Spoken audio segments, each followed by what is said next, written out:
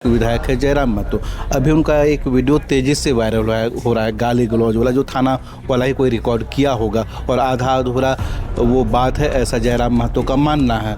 आप जो बाकी जगह जाकर छात्रों को संबोधित कर रहे हैं, उनको लेकर दया दिखा रहे हैं, आप जो बता रहे हैं कि हम छात्रों के साथ हैं, हम 70 लाख महिलाओं के साथ हैं, लेकिन आप झारखंड के महिलाओं के साथ नहीं देख रहे। देवेंद्र भैया से कहना चाहती हूँ कि जब पूरे झारखंड के छात्रों पर इतनी बड़ी संकट आ चुकी है, सब पर एफआईआर हो चुके हैं, क्या पता वो एफआईआर हटेगी भी कि नहीं हटेगी, तो छात्रों का भविष्य के साथ जो खिलवाड़ किया जा रहा, अभी उनको पहले इस चीज़ पर बात करना चाहिए था। सरकार की साजिश है, जानबूझकर कर रहे हैं वो कि स्टे लग जाए, ना उनको ना हम लोगों से सुनना पड़े जो जेन्युइन कैंडिडेट है, ना उन लोगों से सुनना पड़े, ना ही जो पैसे दे के अंदर गए ना उन लोगों से सुनना पड़े, और ना ही उन बच्चों से जो प्रोटेस्ट कर रहे हैं। कि जब तो हमारा मंच था, आप आ रहे थे, बैठ रहे थे, लेकिन जिस दिन से मैंने मार खाया, जिस तरह से मेरा दुपट्टा छीना गया, मेरे को थप्पड़ मारा गया, उस दिन से उनका एक भी बयानबाजी नहीं आया है कि गलत हुआ है। हम लोग नहीं रुकेंगे, ना डरेंगे। वैसे भी हम लोगों पे केस होना है, तैसे भी केस होना, आप ऐसे भी हमारे भविष्य को खा के बैठे हैं, तैसे भी खा के बैठेंगे। इससे अच्छा है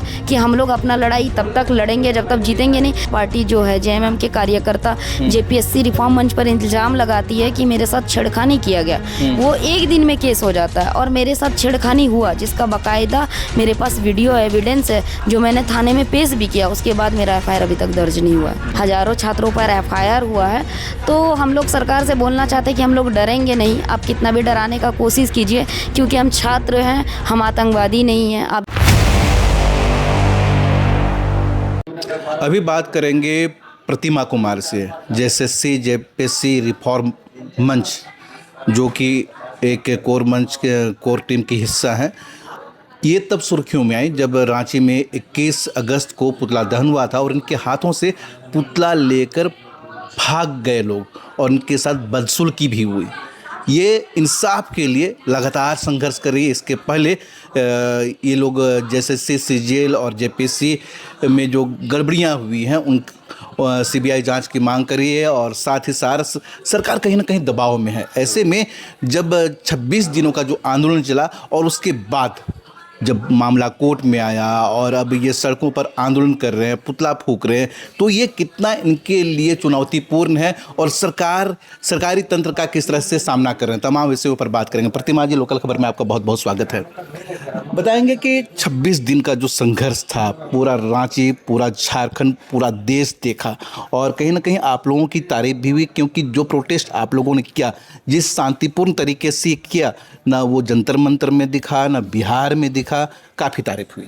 जी, तारीफ तो हुई, और उसी तारीफ के साथ साथ हम लोग आगे भी बढ़ रहे थे, और हमारा प्रोटेस्ट आगे भी शांतिपूर्ण ही रहता। लेकिन सरकार का अचानक से बयान आता है, नोटिस आता है हम लोगों के पक्ष में कि सारे एग्ज़ाम्स को रद्द किए जाते हैं। लेकिन 2 दिन बाद ही हम लोग इतना खुशियाँ मनाने के बाद 2 दिन बाद पता चलता है कि सरकार द्वारा हमें छला गया है। कोर्ट में अचानक से स्टे लगती है, और उसके बाद हमें बता दिया जाता है कि अब आप लोगों को कोर्ट का चक्कर काटना है। पहले हम लोग प्रोटेस्ट के नाम पे 26 दिनों तक धरना प्रदर्शन किए शांतिपूर्ण ढंग से। अब हम लोगों को कोर्ट पे जाके अपना पक्ष रखना है, जो कि हम नहीं रखेंगे, सरकार रखेगी। लेकिन सरकार हमारी पक्षों को मजबूती से नहीं रखा। उन्होंने अधिवक्ता को पेश नहीं किया, एक जूनियर वकील को पेश किया, जिसकी वजह से हमारा जो केस है वो कमज़ोर पड़ा, और हमें हमारे सारे एग्ज़ाम्स को स्टे लगा दिया गया है। तो कहीं ना कहीं ये सरकार की साजिश है, जानबूझकर कर रहे हैं वो कि स्टे लग जाए, ना उनको ना हम लोगों से सुनना पड़े जो जेन्युइन कैंडिडेट है, ना उन लोगों से सुनना पड़े, ना ही जो पैसे दे के अंदर गए ना उन लोगों से सुनना पड़े, और ना ही उन बच्चों से जो प्रोटेस्ट कर रहे हैं। तो जिस तरह की सरकार हम लोगों को बार बार छलने का काम कर रही है, कहीं उसी के लिए आप लोगों ने 21 तारीख को पुतला दहन का कार्यक्रम रखा था। हाँ बिल्कुल, उसी के तहत हम लोगों ने पुतला दहन का काम 21 अगस्त को रखा था। हम लोगों का जो पुतला दहन का रूट था वो प्रशासन द्वारा तय कराया गया था, और हम लोग उसी रूट पे जा रहे थे। लेकिन उस दिन जयपाल सिंह स्टेडियम से अनुमति मांगी थी, लेकिन वहाँ से नहीं मिला था। नहीं, वहाँ से नहीं मिला, तो हम लोग बापू वाटिका से शुरू किए थे। बापू वाटिका से कचहरी रोड होते हुए लालपुर थाना होते हुए हम लोगों को क्रॉस करना था, लेकिन हमें बीच रोड पे कचहरी चौक के पास थाना प्रभारी द्वारा बताया जाता है कि आप लोगों को इधर से नहीं जाना है, चढ़री तालाब होते हुए आप लोगों को अलबट्टे का चौक जाना है। उसी बीच हमारे साथ ये इंसिडेंट होता है। अचानक से कुछ लोग आते हैं, जेएमएम के कार्यकर्ता, उस बीच में काफ़ी जेएमएम के कार्यकर्ता, हाँ, कौन लोग थे वो? शहबाज मलिक, जिनके भी नामों पर एफआईआर दर्ज कराया, अंकिता वर्मा जी एफआईआर दर्ज आप करा दिए हैं? करा दिए हैं, लेकिन मुझे अभी तक एफआईआर कॉपी नहीं मिली है। 2 दिनों से मुझे थाना दौड़ाया जा रहा है बार बार। अभी तक उन्होंने एफआईआर दर्ज किया भी है कि नहीं मुझे पता नहीं है, क्योंकि मुझे अभी तक कांड संख्या मिला यानी कि नहीं। आप आवेदन दिए हैं एफआईआर करने के लिए? मैंने आवेदन दिया है और आवेदन का रिसीविंग कॉपी भी मिल गया, लेकिन मेरे को प्रॉपर एफआईआर कॉपी अभी तक थाने की ओर से नहीं मिली है। इसमें सोची समझी साजिश भी कह सकते हैं, क्योंकि अगर अगला पार्टी जो है जेएमएम के कार्यकर्ता जेपीएससी रिफॉर्म मंच पर इल्जाम लगाती है कि मेरे साथ छेड़खानी किया गया, वो एक दिन में केस हो जाता है। और मेरे साथ छेड़खानी हुआ जिसका बाकायदा मेरे पास वीडियो एविडेंस है, जो मैंने थाने में पेश भी किया, उसके बाद मेरा एफआईआर अभी तक दर्ज नहीं हुआ है। तो आगे की लड़ाई कितना चैलेंजिंग है और उसका आप लोग सामना कैसे करेंगे, क्योंकि आप जेपीएससी जैसे रिफॉर्म मंच की कोर टीम की मेंबर हैं?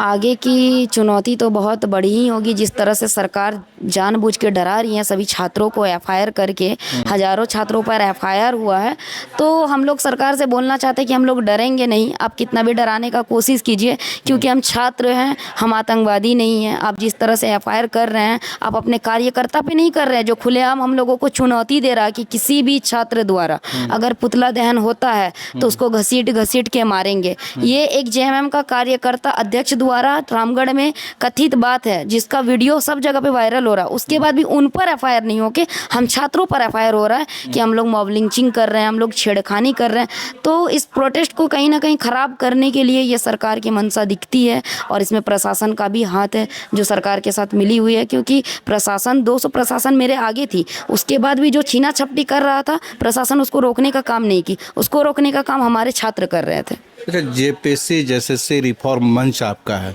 और सरकार की तरफ से भी इसमें सुधार के लिए प्रयास किए जा रहे हैं, कल कैबिनेट में फैसले भी लिए गए हैं, वो कितना सही है आपके मुताबिक? वो रिफॉर्म हो पा रहा है?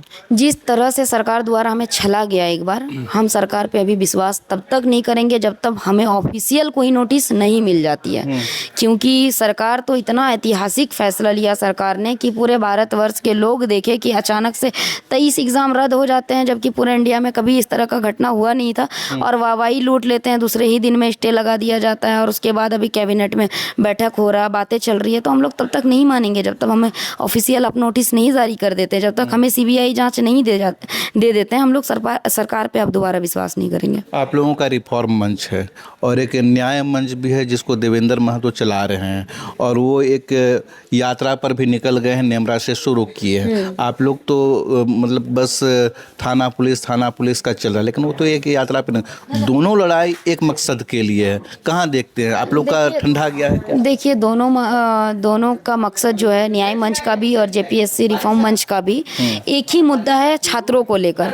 तो देवेंद्र भैया जो कर रहे हैं वो अपने जगह पे सही है, और हम लोग भी जो कर रहे हैं अपने जगह पर सही है। लेकिन कहीं ना कहीं इस चीज़ में मैं देवेंद्र भैया से कहना चाहती हूँ कि जब पूरे झारखंड के छात्रों पर इतनी बड़ी संकट आ चुकी है, सब पर एफआईआर हो चुके हैं, क्या पता वो एफआईआर हटेगी भी कि नहीं हटेगी, तो छात्रों का भविष्य के साथ जो खिलवाड़ किया जा रहा है, अभी उनको पहले इस चीज़ पर बात करना चाहिए था। वो जो न्याय मंच के तरफ से निकाले हैं यात्रा, अभी उनको एफआईआर यात्रा निकालना चाहिए था, एफआईआर हटाओ यात्रा निकालना चाहिए था। तो उनको भी हमारे साथ होना चाहिए था, क्योंकि हमारे मुद्दा एक ही है, हम सब छात्रों के लिए लड़ रहे हैं। बाकी उनका क्या सोच है ये वही बता सकते हैं, मैं तो नहीं बता सकती हूँ। हम उनका भी सम्मान करते हैं और हमेशा करते रहेंगे। अच्छा, जैसे कि आप लोग को कानूनी पचड़े में फंसाया जा रहा है, आप कंप्लेन करते हैं तो लेते नहीं हैं, और लोग कंप्लेन लेते हैं तो फट से ले लिया जाता है। उसी तरह से देवेंद्र महतो के सीनियर नेता है जो कि विधायक है जयराम महतो, अभी उनका एक वीडियो तेज़ी से वायरल हो रहा है, गाली गलौज वाला, जो थाना वाला ही कोई रिकॉर्ड किया होगा, और आधा अधूरा वो बात है, ऐसा जयराम महतो का मानना है। तो जयराम महतो का भी वही मकसद है जैसे जेपीएससी में तमाम की सीबीआई जांच हो, अच्छा परीक्षा प्रणाली बने, आप लोग भी उसी के लिए लड़। तो सबको इसी तरह से घुमाया जा रहा है, कानून में फंसाया जा रहा है, पुलिस ये कर रही है, आप क्या समझते हैं? देखिए, जयराम महतो का जो ऑडियो वायरल हुआ है उस पर मैं किसी प्रकार की टिप्पणी नहीं करूंगी, क्योंकि मुझे पूरी बात अभी तक पता नहीं है। एक वीडियो वायरल के ज़रिए उस बात पर टिप्पणी करना गलत होगा। जब तक मैं पूरी बात को नहीं जानूंगी उस मैटर में कुछ भी नहीं बोलूँगी। लेकिन जिस तरह से सरकार हम छात्रों को अलग करना चाह रही है, डिवाइड में कहीं गुटों में बांटना चाह रही है, ये सरकार की नई रणनीति है, ताकि वो चाहते हैं कि जिस तरह से छात्र उग्र हो रहे हैं, जिस तरह से छात्रों की आवाज़ बुलंद हो रही है, झारखंड में ही नहीं पूरे देश में हमारी बातों के प्रति बात रखा जा रहा है कि झारखंड के छात्रों के साथ गलत हो रहा है। सरकार इस बात से डिनाई करना चाहती है, इसीलिए हमें अलग थलग करने का प्रयास कर रही है और वो हमें केस में और थाने में उलझा के रखना पसंद कर रही हैं। लेकिन उनका कुछ भी मनसा हो, हम लोग नहीं रुकेंगे, ना डरेंगे। वैसे भी हम लोगों पे केस होना है, तैसे भी केस होना, आप ऐसे भी हमारे भविष्य को खा के बैठे हैं, तैसे भी खा के बैठेंगे। इससे अच्छा है कि हम लोग अपना लड़ाई तब तक लड़ेंगे जब तक जीतेंगे नहीं, क्योंकि हम लोगों का भविष्य बर्बाद हुआ है, आने वाले जनरेशन का भविष्य बर्बाद ना हो। जब तक आप लोग का जो लड़ाई था जयपाल स्टेडियम में चल रहा था, तो कांग्रेस के नेताओं का भी समर्थन मिल रहा है। भले ही आपका लड़ाई था, आपका अपना था, लेकिन अब वहाँ जब खत्म हो गया है तो कांग्रेस के वो नेता जैसे कि कुमार राजा हुए और भी लोग होंगे, वो लोग आप लोग से बातचीत करें, संपर्क में हैं या फिर छोड़ दिए? देखिए, कुमार राजा जो है भैया से मैं कहना चाहती हूँ कि जब तक हमारा मंच था, आप आ रहे थे, बैठ रहे थे, लेकिन जिस दिन से मैंने मार खाया, जिस तरह से मेरा दुपट्टा छीना गया, मेरे को थप्पड़ मारा गया, उस दिन से उनका एक भी बयानबाजी नहीं आया है कि गलत हुआ है कि सही हुआ है। हम लोगों ने सबका नैतिक समर्थन मांगा था और सभी पार्टियों ने बढ़ चढ़कर हमें नैतिक समर्थन दिया। हम लोगों ने बार बार राहुल गांधी से भी रिक्वेस्ट किया कि आप झारखंड आइए, आप जो बाकी जगह जाकर छात्रों को संबोधित कर रहे हैं, उनको लेकर दया दिखा रहे हैं, आप जो बता रहे हैं कि हम छात्रों के साथ हैं, हम 70 लाख महिलाओं के साथ हैं, लेकिन आप झारखंड की महिलाओं के साथ नहीं देख रहे। सरकार आपकी है, गठबंधन सरकार आपकी है, और उसके बाद भी आपके सरकार में इस तरह का हरकत हो रहा, वो भी सरकार के कार्यकर्ता के द्वारा दुपट्टा छीना जा रहा, और आप एक ट्वीट तक नहीं करते हैं कि यहाँ के छात्रों के साथ गलत हुआ है। तो सभी का कहीं ना कहीं मिली जुली ये काम है कि छात्रों को दबाओ और उसके बाद छात्रों पे शोषण करो, जिस तरह से हमें FIR के जरिए थाना पुलिस किया जा रहा, और सिर्फ मुझे ही नहीं, जितने भी हमारे जिले हैं सभी जिलों में सभी को डिटेन करने का काम किया जा रहा।